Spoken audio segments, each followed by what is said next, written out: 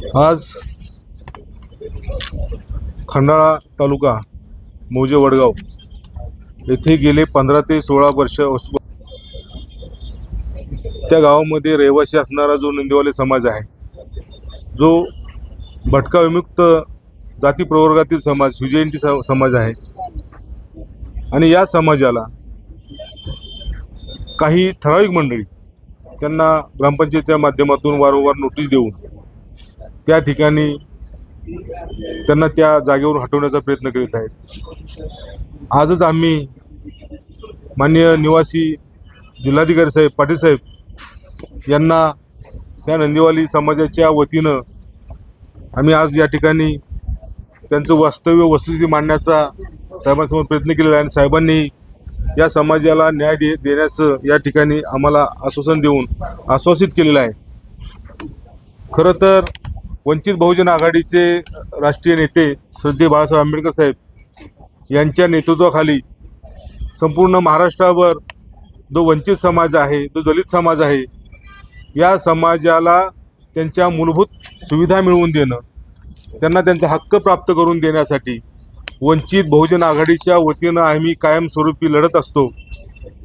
मला या ठिकाणी आपणास सांगू इच्छितो की आपण जो पाहतोय इथं महिला आहेत, ही लहान लहान मुलं आहेत आणि ही सर्व मंडळी ही गावामध्ये शेतकऱ्यांच्या शेतामध्ये अपार कष्ट करून गेले 15 ते 16 वर्षापासून त्या गावामध्ये रहिवासी असून आपल्या कुटुंबाचा उदरनिर्वाह करीत आहेत।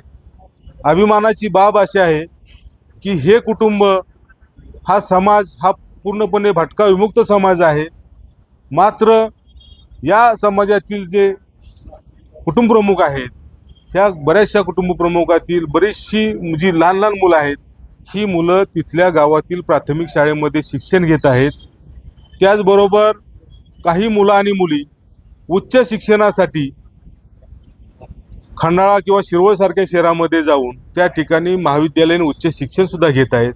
आम्ही शासनाला नम्र विनंती केलेली आहे की आम्हाला कुणालाही दोष द्यायचा नाही, परंतु हा जो समाज गेली 15-16 वर्ष त्या गावामध्ये राहत आहे, आपला कष्ट करून उदरनिर्वाह करत आहे, आपल्या लहान लहान मुलांना त्यांनी शिक्षण दिलेलं आहे।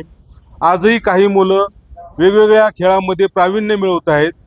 ते सातारा जिल्ह्याच्या ठिकाणी ते उत्तम असं त्यांनी खेळामध्ये सुद्धा प्रावीण्य मिळवलेलं आहे।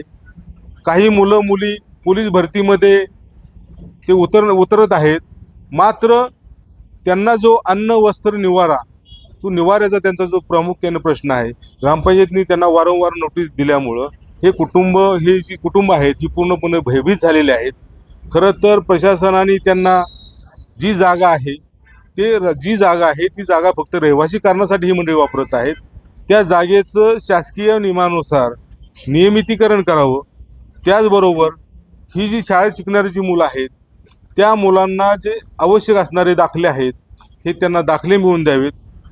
आणि आत्ता जो आपण पाहिलं की या कुटुंब 15-16 वर्षापासून तिथं राहत असताना सुद्धा त्या कुटुंबांना अजून त्या गावामध्ये रेशनिंग कार्ड मिळालेलं नाही। दुर्दैवाची बाब अशी आहे की या ठिकाणी त्यांना जो आपला मतदानाचा अधिकार आहे, हा मतदानाचा अधिकार सुद्धा त्या गावामध्ये अजूनही त्यांना मिळालेला नाही। मूलभूत सुविधांपासून त्यांना पूर्णपणे वंचित ठेवलेलं आहे। आम्ही प्रशासनाला विनंती करणार आहोत, कारण ही जी लोक आहेत या लोकांना अस्वस्थ जी झालेले आहेत की त्यांना त्या ठिकाणी स्थिरता मिळावी। त्यांच्या मनामध्ये जे भीतीचं सावट निर्माण झालेलं आहे, हे भीतीचं सावट हे पूर्णपणे त्या ठिकाणी गेलं पाहिजे आणि ही सर्व मंडळी आहेत यांना एक शाश्वत असं त्यांना मनामध्ये शाश्वतता निर्माण झाली पाहिजे। त्यांच्यावर इथून पुढे कुठलाही अन्याय न होता त्यांच्या मुलांच्या भवितव्याचा जो शिक्षणाचा प्रश्न आहे, उद्या जर अनपेक्षितपणे कारवाई झाली तर ही जी मुलं शाळेमध्ये शिकत आहेत, काही कॉलेजमध्ये शिकत आहेत, तर यांचं पूर्ण भवितव्य आयुष्य पूर्णपणे उद्ध्वस्त होणार आहे। शिक्षणापासून ही मुलं पूर्णपणे वंचित राहणार आहेत। त्याबरोबर हे जे कुटुंब आहे, हे कुटुंबांना हे दिशाहीन कुटुंब तयार होतील। आमची प्रशासनाला पुन्हा एकदा आपल्या मीडियाच्या माध्यमातून सुद्धा मी विनंती करतोय की या कुटुंबांना एक चांगल्या पद्धतीनं ज्या ठिकाणी ती राहत आहेत त्या ठिकाणची जागा घराचं नियमितीकरण करावं, शासकीय नियमानुसार त्यांना त्या ठिकाणी राहण्याची सुविधा मिळावी आणि जीवनावश्यक जे मूलभूत सुविधा आहेत, ते पाणी असेल, लाईट असेल, या सुविधा त्यांना मिळाव्यात. आणि ह्या सुविधा मिळेपर्यंत वंचित बहुजन आघाडीच्या वतीनं आम्ही पूर्णपणे या सर्व नंदीवाले समाज या कुटुंबांच्या पाठीशी आम्ही ठामपणे उभं राहू. त्यांना न्याय मिळेपर्यंत वंचित बहुजन आघाडी ही त्यांच्या बरोबर कायमस्वरूपी राहणार आहे. आणि गावात याच गावानं ज्या गावामध्ये राहत आहेत त्या आवर्जून सांगतो की त्या गावानेच या मंडळींना आजपर्यंत सहकार्य केलेलं आहे. इथून पुढे सुद्धा ग्रामस्थांनी या मंडळींना सहकार्य करावं आणि प्रशासनही सहकार्य करून याच्यामध्ये चांगला तोडगा निर्माण काढून त्यांना त्यांची घरं नियमित करावी ही आमची या ठिकाणी अपेक्षा आहे.